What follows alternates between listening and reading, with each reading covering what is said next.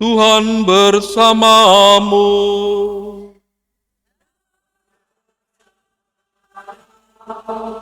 Inilah Injil suci menurut Markus.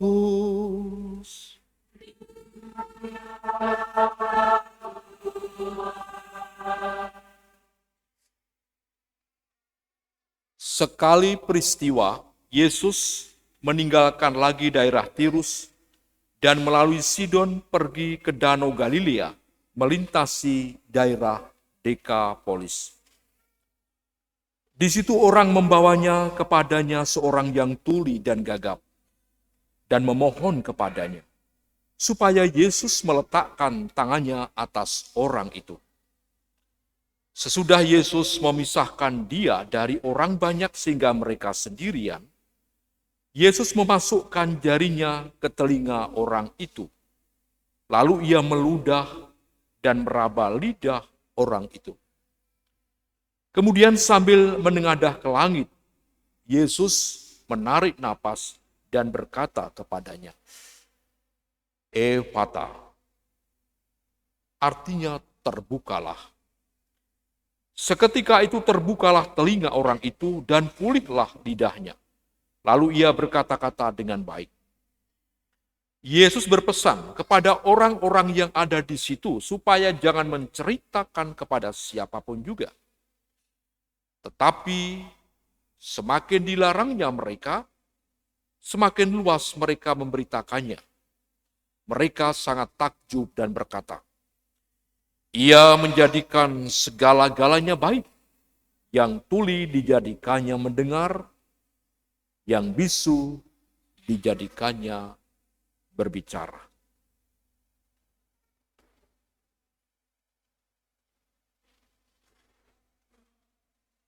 Demikianlah sabda Tuhan.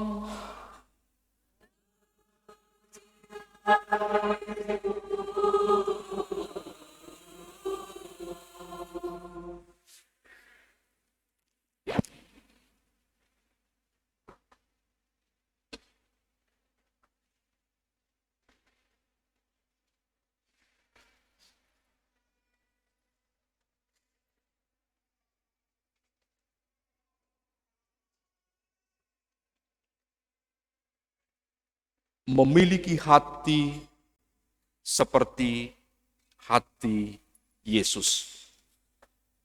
Umat Allah terkasih, dalam kunjungan apostolik Bapak Paus Fransiskus ke Indonesia dan terlebih pada saat mengadakan misa di GBK Jakarta, dia berulang-ulang kali mengatakan tentang toleransi, persaudaraan, dan compassion. Semangat berbela rasa. Dan dia meminta kepada kita, lebih-lebih umat Katolik, bukan hanya umat Katolik yang ada di Indonesia, tetapi juga umat Katolik di seluruh dunia, yang jumlahnya 1.300.000.000. Supaya apa? Supaya menjauhkan dari mental konsumerisme. Ada dorongan, kemauan keras untuk membeli, tetapi apa yang dibeli tidak dipakai. Bahkan sampai mungkin menumpuk. Maka dia menekankan semangat compassion, semangat untuk berbagi, semangat untuk berbela rasa, semangat untuk bermurah hati. Dan dia juga mengingatkan agar kita, umat Katolik, pengikut Kristus, bahkan kalau kita makan, kemudian makan yang tidak habis kita buang, itu kita berarti merampas hak orang miskin. Jadi kalau kita membuang makan atau makan itu terlalu berlebihan mengambilnya tetapi tidak dihabiskan, itu kita mengambil jatah orang miskin. Dan dia mengatakan ini juga berdosa. Umat Allah yang terkasih, kami yang kemarin mengikuti misa di GBK juga terpesona akan apa yang disampaikan oleh Paus Fransiskus Dan ini membuka mata hati banyak orang. Dia bukan berbicara dengan kata-kata yang indah, tetapi dia mewujud nyatakan dalam tindakan yang konkret dan nyata. Kita melihat mobil yang dipakainya, itu adalah mobil Innova Zenith. Jadi mungkin ini akan menjadi brand tahun 2004 dan para pengguna mobil ini mungkin seakan-akan seperti Paus Fransiskus yang dielulukan oleh jutaan manusia. Dia menggunakan mobil yang dipakai oleh banyak orang, bukan mobil yang anti peluru. Dia juga menggunakan jam, setelah dicek katanya jamnya itu 150.000 kalau dirupiahkan. Jadi mungkin Bapak Ibu bisa melihat jam tangan Anda itu berapa. Berarti kalau lebih dari itu, kita lebih dari Paus Fransiskus. Dia juga tidak mau tidur di istana, di hotel yang megah, tetapi dia mau tidur di kedutaan Vatikan. Artinya apa? Dia ingin juga menjadi manusia biasa seperti yang lain. Dan yang menarik adalah bahwa Paus Fransiskus itu meminta agar juga protokolnya itu tidak terlalu menakutkan. Karena dia ingin bersahabat, ingin lebih dekat tanpa jarak dengan umat di Indonesia, bukan hanya umat Katolik, tetapi juga umat lintas agama. Maka pada saat pertemuan audiensi ada kelompok-kelompok jaringan lintas agama, tokoh-tokoh penting hadir, ada bertemu dengan Bapak Paus kita. Jadi kehadirannya menginspirasi. Keteladannya itu membuka mata hati banyak orang tentang pentingnya ugahari, hidup menurut ukuran. Tentang artinya kesederhanaan, tentang artinya compassion, terlibat, peduli, punya hati kepada yang lain. Dan itu yang tetap terus dia gelorakan dan dia gelorakan. Dan bahkan mobil-mobil mewah yang ada di Vatikan saat itu, di Sisilia, dia jual. Untuk apa? Untuk didharma baktikan kepada orang yang kurang beruntung di dalam hidup. Panti asuhan, orang-orang miskin, orang-orang yang terlantar. Dan masih banyak kisah-kisah yang mau mengatakan bahwa kehadirannya itu sungguh memberikan jawaban atas apa yang ia katakan. Umat telah terkasih. Pokok poinnya adalah apa yang ia kerjakan, apa yang ia lakukan itu terinspirasi dari imannya akan Allah dan juga kedalaman cintanya akan Dia. Maka untuk kita semua yang tadi kita sudah mendengar bacaan pertama dari nubuat Nabi Yesaya, bacaan kedua dari surat Rasul Yakobus, dan juga bacaan Injil tadi, kita juga dengar secara lugas. Ada beberapa pesan penting yang dapat kita tangkap, kemudian kita lakukan, kita konkretkan dalam kehidupan. Yang pertama, dengan terinspirasi pada iman kita akan Allah, dan kedalaman cinta kita kepada Dia, kita juga diminta untuk membuka jalan seluas-luasnya dan membawa orang sebanyak-banyaknya tanpa membeda-bedakan status, kedudukan, pangkat, harta kekayaan, dan sebagainya untuk bertemu dengan Tuhan dan mengalami kasih, kebaikan, berkat-Nya. Supaya apa? Kerajaan Allah hadir di situ. Wujudnya apa? Yang tuli bisa mendengar, yang bisu bisa berbicara, yang lumpuh bisa melompat kegirangan, yang buta bisa melihat. Bukan hanya sembuh fisiknya Yesus, tetapi Dia juga menyembuhkan mata batinnya, mata imannya. Sehingga si tuli dan si gagap tadi itu boleh memberikan kesaksian. Sungguh Dia membuat segalanya baik, yang tuli bisa mendengar, yang bisu bisa berbicara. Maka tugas kita adalah bagaimana juga dengan inspirasi iman dan cinta, kita membuka jalan seluas-luasnya. Membawa orang untuk bertemu dengan Tuhan, mengalami Tuhan, supaya mereka juga memuji dan memuliakan Tuhan, dan jangan pernah kita menghalang-halangi. Marilah seperti Paus Fransiskus, juga seperti Yesaya, kita membiarkan diri kita menjadi instrumen, sehingga kita juga bisa berkata, Ephata, terbukalah.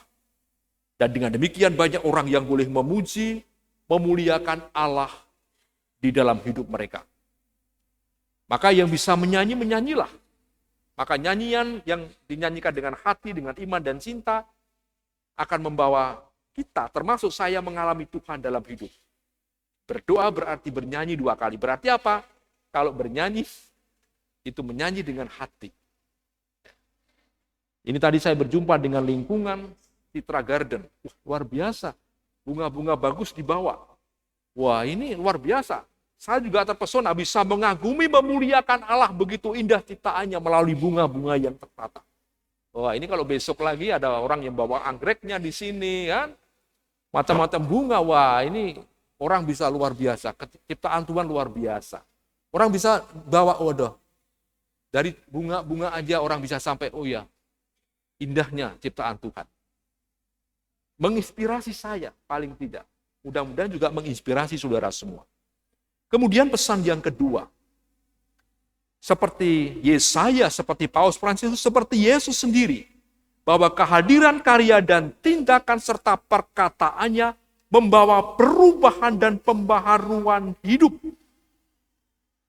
Saya paling tidak dengan kehadiran Paus Fransiskus menggugat diri, mempertanyakan eksistensi dan keberadaan. Sungguhkah sebagai seorang imam sudah mencerminkan imam yang bonus, imam yang baik? Dan panjenengan semua, saudaraku semua, apakah sebagai murid sejati juga sudah mencerminkan sebagai murid sejati yang diharapkan oleh Kristus? Maka kehadiran kita adalah bagaimana membuat orang-orang yang berdosa mengalami kasih dan kerahiman ketika kita mau menerima mereka. Tidak mempersalahkan mereka, tapi mau menerima dan mencintai mereka. Kita juga mau bercompassion, kita mau juga berbela rasa, tanpa memikirkan apakah mereka nanti akan mendoakan kita, akan berbaik hati kepada kita. Itu tidak terlalu penting. Tetapi ketika kita bercompassion, seperti Yayasan Insan Damai, mungkin komunitas-komunitas yang lain, komunitas-komunitas yang tetap mengedepan karya kemanusiaan, kehadiran Anda menginspirasi bahwa Katolik dikenal, itu lewat dialog karya kehidupan yang bisa dirasa oleh banyak orang. Nama kita tidak terlalu penting dicatat atau tidak dicatat. Tetapi yang paling pokok adalah kita mau melakukan tindakan kasih dan kehadiran kita bisa membawa perubahan dan menginspirasi banyak orang. Kehadiran kita seperti Yesus, seperti Yesaya, seperti Paus Fransiskus, menjadi solusi atas berbagai macam kesulitan dan bukan menjadi bagian dari kesulitan itu.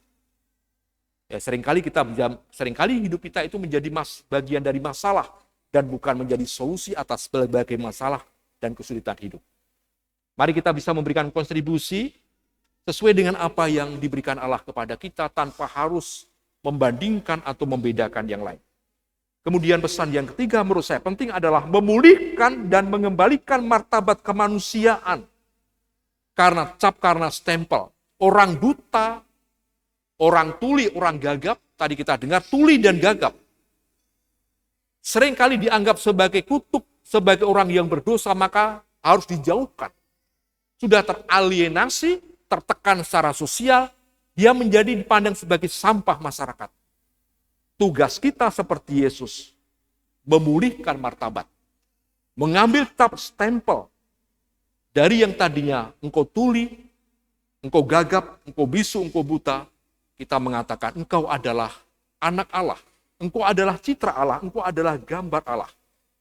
Dan dengan demikian kita berharap dia juga bisa sampai kepada pengalamannya, perjumpaan dengan Allah lewat kesaksian hidup kita, mereka juga bisa memuliakan Allah seperti si gagap, si tuli tadi itu. Dan yang terakhir,